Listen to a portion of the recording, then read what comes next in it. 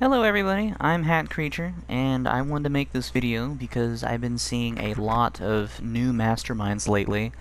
Level 1, level 3s, and 5s, and I know exactly how hard it is and intimidating to get into this game for the first time, not knowing anything, not knowing how to play, not knowing what to do.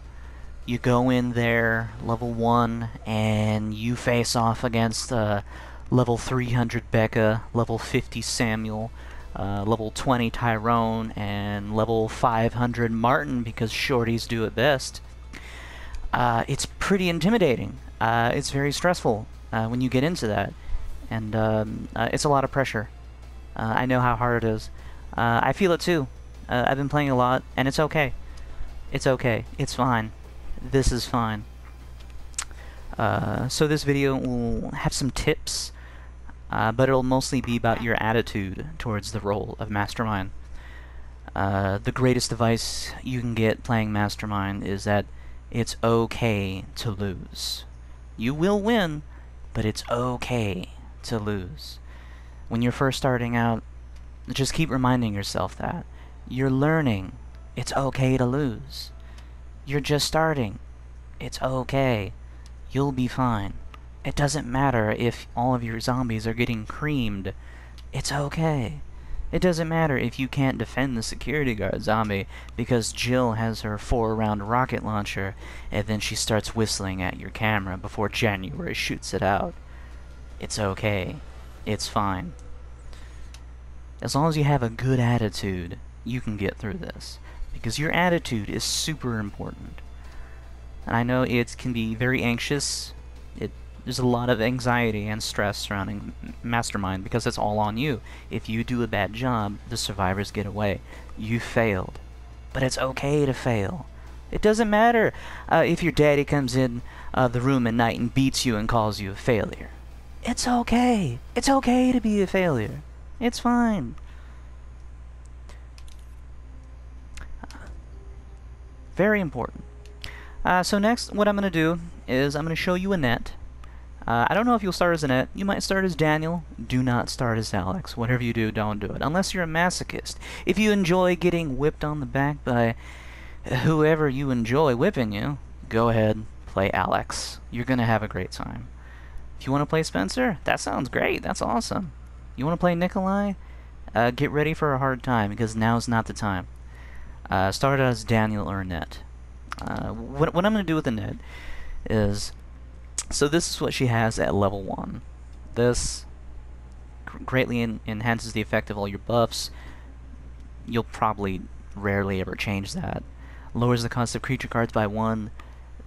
The most important thing you have in the entire game. That. And this. This is also one of the best cards in the game, because it gives you all the buffs in one little shot. You don't get it until level 19. Annette, anyway. Dogs, awesome. Dogs are really weird, but the triple dogs, I enjoy putting down triple dogs. Just putting down one dog doesn't seem very reliable unless you're using clone. So triple dogs, but it's up to you. Anyway, so your deck, I prepared this deck. Annette, she excels at swarms and putting down as many creatures as possible in a short amount of time. And she can get super powerful as the game goes on. As you get better at the game and level up all the other masterminds, she gets super powerful. But you're level 1. You're level 5. You got nothing. You're nobody. So this is for you. Now, when I first got the game, it was a little bit different. Infectious Zombie and the Infection Dart were locked for the first players. Until you got to level 5. No. Yeah. Level 5 Daniel. They changed some things, and I don't know if you have these cards. Maybe you don't. Maybe you still don't until you get to play Alex. But that's what this is from. Alex. Anyway, so this deck is... You have all these cards. You should have all these cards at level 1 Annette. This is not her default deck. This is her default deck. You can use the default deck, but you're gonna have a bad time. I would suggest this one. And this is... It covers all her strengths. You got the infectious zombie. It's a zombie that's already infected. And when they bite someone, they become infected. This zombie does not infect other zombies, however. I did not know that when I first got it, so I'm telling you. Tough zombie. These have 2,000 health. About 2,000 health. But when survivors kill the tough zombie, they get back 10 seconds. And that's why the other zombies are in this deck. The infectious zombie, the floor zombie, and the partially armored zombie all give back only 5 seconds when they get killed. So this deck is centered around being cheap and not giving back a whole lot of time to your enemy. Now, the mine is there kind of as something to put down while the survivors are distracted. If you only have creatures in your deck, then the survivors know what you have. They know everything about you. All you're putting down is creatures. So put a mine into the mix. The mine will not throw them across the room. That's a different mine. This just does a little bit of damage and pauses them in place for a little bit. The tracker mine, I've been playing a lot of Nikolai, and he has tracking abilities. So the tracker mine will be really good on a net. I haven't used it yet, but in theory, it's exactly the same as Nikolai. What the tracker mine does, it, of course, tracks survivors when they step on it, but more importantly, it increases all damage to them by 20%. So if someone steps on a mine, the tracker mine, and they get hit by a zombie, they'll receive more damage from that zombie for a limited amount of time. So that's why you can put this or this down on the ground while a whole bunch of creatures are around them. Now in Area 1, you won't have a lot of energy. You'll probably be struggling. You'll probably make the mistake of putting all zombies in the first area, just putting them down right in front of the survivors. That's a bad idea. A better way to do it is to go further down the map and start filling up a room with some zombies. They'll eventually come to that room, and before they enter the room, go behind them. Go to a different camera that's facing behind their survivors and flank them. Perform a pincer attack and start putting creatures behind your enemy. Now, high-ranking survivors will definitely cream through these creatures with that maneuver. But if you play it right, if you put a mine down, if you got berserk, if you got infection on them, that's poison, if you got all those things down, you might get lucky, just lucky enough to have a few extra seconds for the creatures behind them to start attacking them. And then that's when it starts rolling. Because this game is all about time. Time and damage. Every time you damage survivors, you take away their time.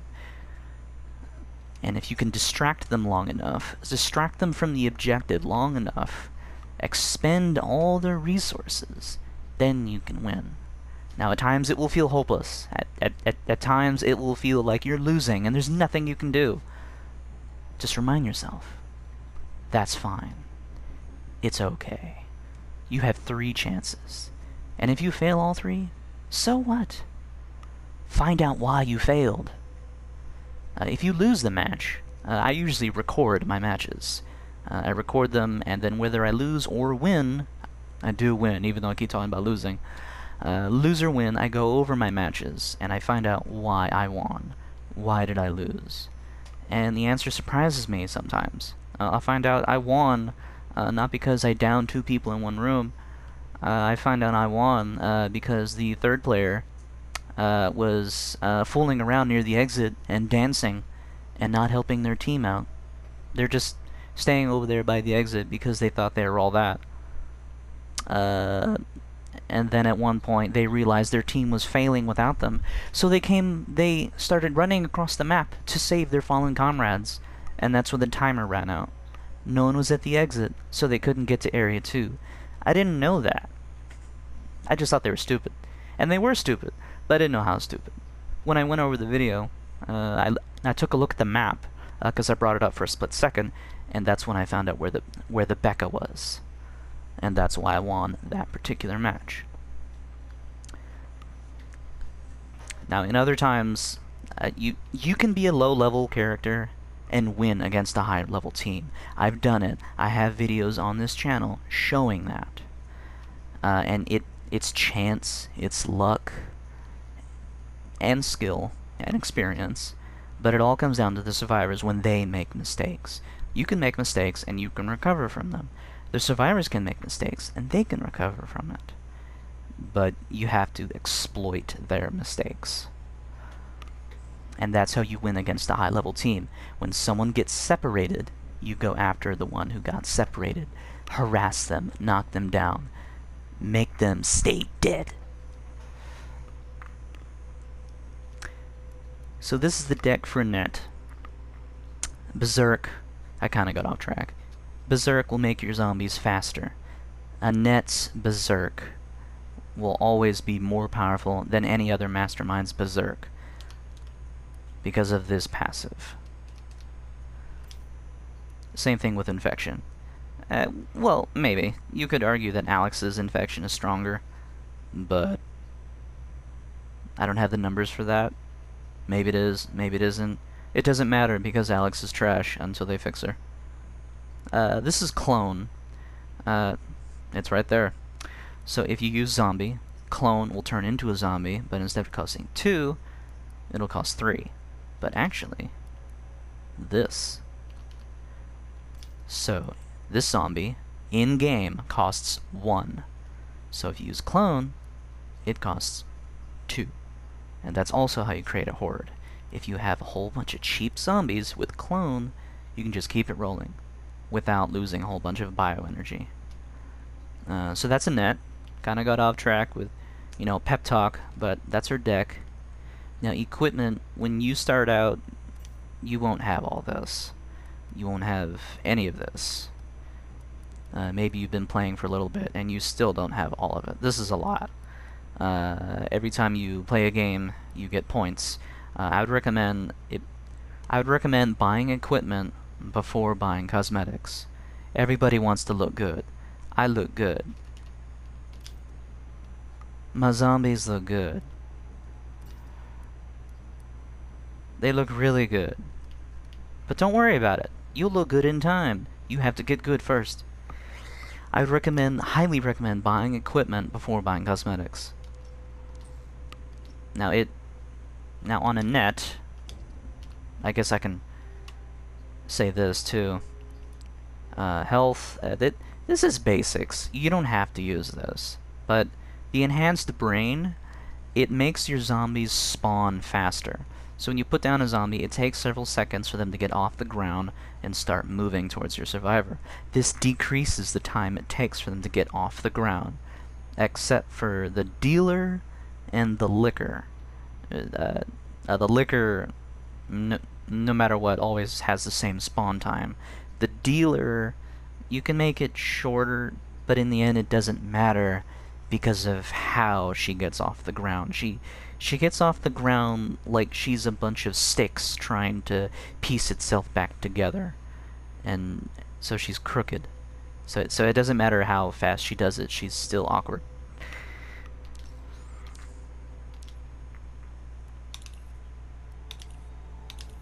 Now, this is a lot of Mastermind equipment.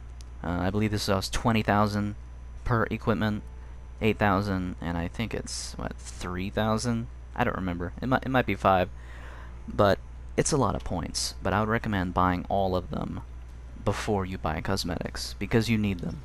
They will definitely help you out. They will help you out so much. And if you don't have them, it's okay. You'll get them eventually. It's fine. So that's a Net. Daniel's completely different from a Net. You can use some of the same strategies, but he's still completely different. Yeah. So this is his starting stuff. Mr. X, this makes his punches faster. And when you switch it to something else, you will definitely notice how fast He is with this, because he is not that fast at all with his punches, if you switch it. Vampire. Very rarely will you probably ever switch this to this grab attack, because this is Daniel's bread and butter. Every time you attack someone, you get a percentage of health back. I think at base it's 60, I think. With this, it's... I don't know if they nerfed it or not. I think it's 30% more damage, or 50. I think it used to be 50, but it's a lot of damage. For you, when you control a zombie, you do more damage. But at level 13 or 14, you'll most definitely want to switch it to Endurance, because Samuel and Tyrone, they will harass you until you get to that level. They will beat you, and they will laugh at you. But that's okay. You'll be laughing too, with Endurance. You cannot be stunned by melee attacks with this passive, and I would highly recommend you getting it as fast as possible so that you have an actual chance as Daniel. Because until you get this, it is very difficult. There's not much tips I can give you until you get this, but I can give you some tips. Dealer, this is the dealer. His dealer has regen, so she regenerates health at a slow rate. And then the fully armored zombie.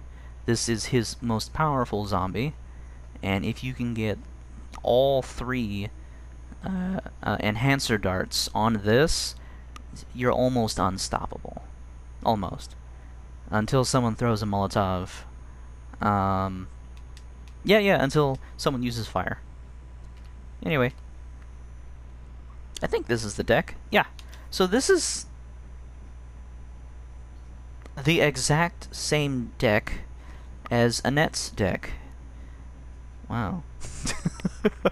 Is this the right deck? I think it is. Okay, yeah, it is.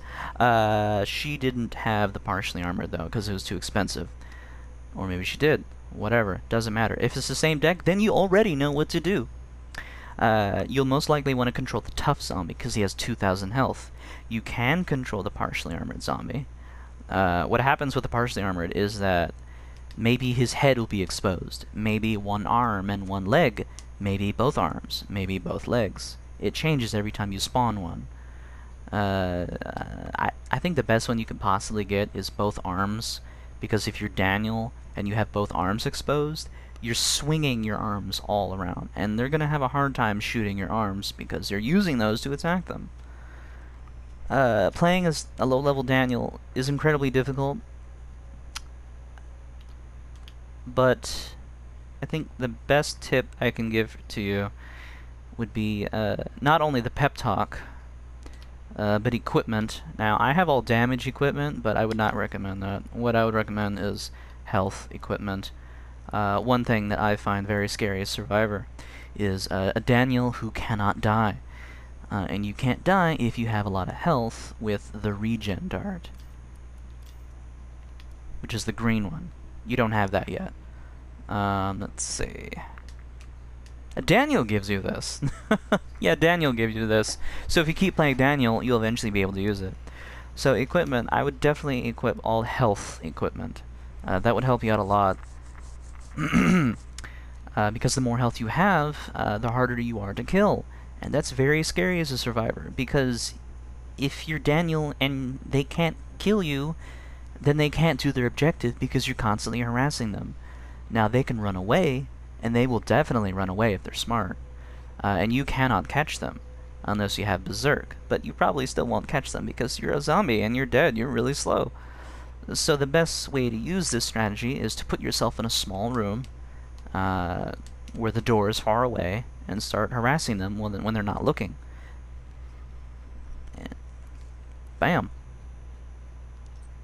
Also, fun fact, damage. The more damage you do as Daniel, the more health you get back from Vampire.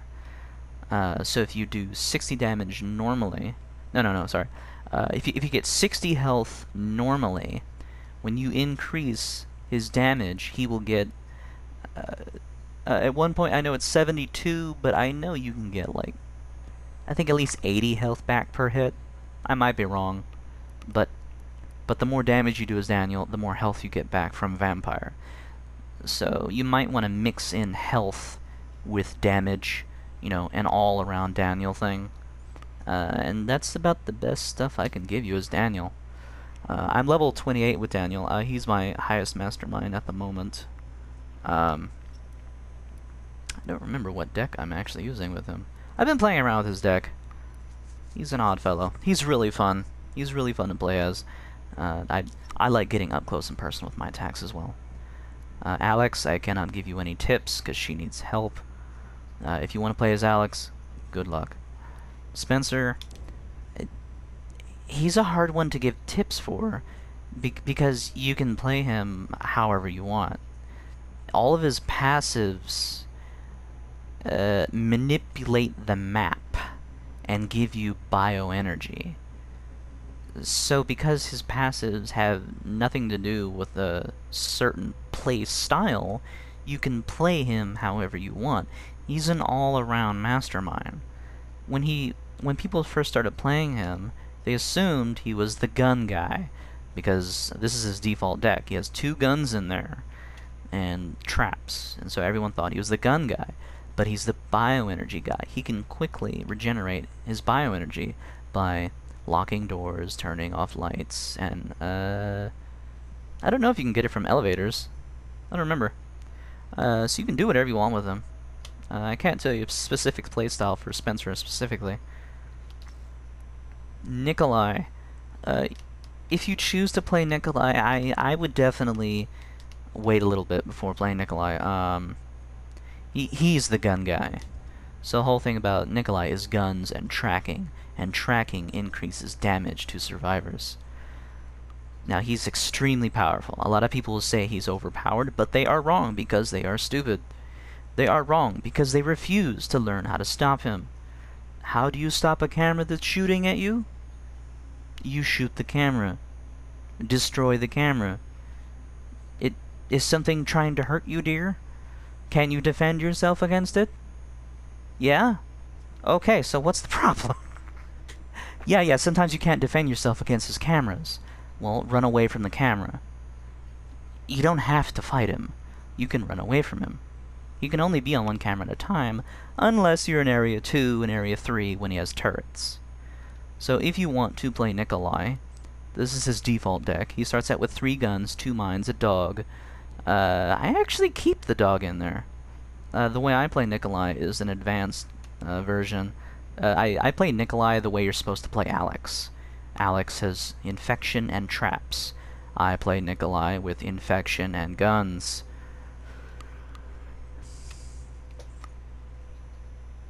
I think you can actually use this deck, except you can't use the lockdown trap and you cannot use the creature efficiency mod. But basically what I'm doing here is I have 2 guns and I have 4 creatures that only give back 5 seconds each. When your gun gets destroyed by a survivor, it gives back 20 seconds.